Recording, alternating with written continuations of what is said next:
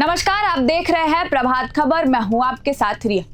इस साल देश के 5 राज्यों में विधानसभा चुनाव होने जा रहे हैं, जिनमें करीब 17% आबादी अपनी नई सरकार का चुनाव करेगी। इन चुनावों को राजनीतिक महत्व इसलिए भी बढ़ जाता है क्योंकि इनमें कुछ ऐसे राज्य शामिल हैं जहां भारतीय जनता पार्टी अब तक सत्ता हासिल नहीं कर पाई, जबकि कुछ राज्य में वह लगातार अपनी पकड़ मजबूत बनाए रखने की कोशिश कर रही है। पश्चिम बंगाल, तमिलनाडु और केरल ऐसे राज्य हैं जहां अब तक बीजेपी विधानसभा चुनाव नहीं जीत सकी है। वहीं असम में पार्टी तीसरी बार और पौंडुचेरी में दूसरी बार सत्ता में वापसी का प्रयास कर रही है। पश्चिम बंगाल में पिछले 14 वर्षों से मुख्यमंत्री ममता बनर्जी सत्ता में है और 2026 के विधानसभा चुनाव में एक बार फिर वही बीजेपी के लिए बड़ी चुनौती बनी हुई है। यदि 2026 में चुनाव में तृणमूल कांग्रेस जीत हासिल करती है तो ममता बनर्जी लगातार चौथी बार मुख्यमंत्री बनेंगी। ऐसा करने वाली वह देश की पहली महिला मुख्यमंत्री होंगी। इससे पहले यह रिकॉर्ड तमिलनाडु की पूर्व मुख्यमंत्री जयललिता के नाम रहा है, जिन्होंने कुल 5 बार मुख्यमंत्री पद संभाला था। हालांकि जयललिता का कार्यकाल 1991 से 2016 के बीच अलग अलग समय पर रहा और वह लगातार 4 बार मुख्यमंत्री बनी थी।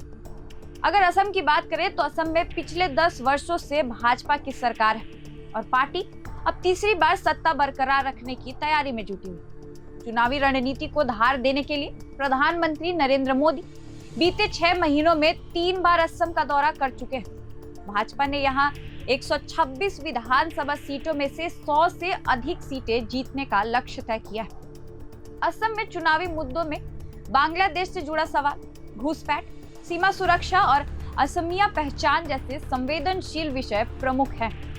भाजपा को सत्ता से रोकने के लिए कांग्रेस ने 10 दलों के साथ महागठबंधन बनाया है, जिनमें वामपंथी और कई क्षेत्रीय पार्टी भी शामिल हैं। तमिलनाडु देश का एकमात्र ऐसा राज्य है जहां पिछले करीब 60 वर्षों से न तो भाजपा और न ही कांग्रेस की सरकार बन पाई। यह परंपरागत रूप से द्रविड़ दलों का दबदबा रहा है। भाजपा यहां अपनी स्थिति मजबूत करने के लिए जयललिता की पार्टी AIADMK के साथ गठबंधन की संभावना तलाश रही है।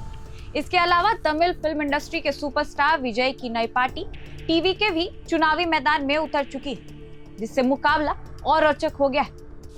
यहाँ लंबे समय से सत्ता परिवर्तन की परंपरा रही, लेकिन 2021 के विधानसभा चुनाव में वाम मोर्चा LDF ने इस परंपरा को तोड़ते हुए लगातार दूसरी बार सरकार बनाकर इतिहास रच दिया।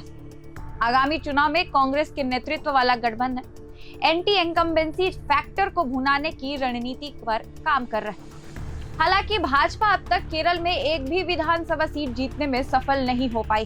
बावजूद इसके पार्टी ने हाल के वर्षों में अपनी मौजूदगी बढ़ाई।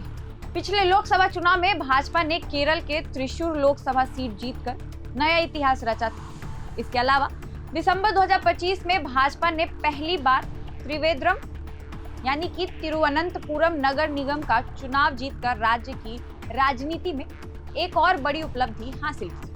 तो फिलहाल इस वीडियो में इतना ही। ऐसे ही और अपडेट्स और वीडियोस के साथ आपके बीच आते रहेंगे। बने रहे हमारे साथ, देखते रहिए प्रभात खबर डिजिटल। प्रभातखबर.com, विश्वास वही, रफ्तार नहीं।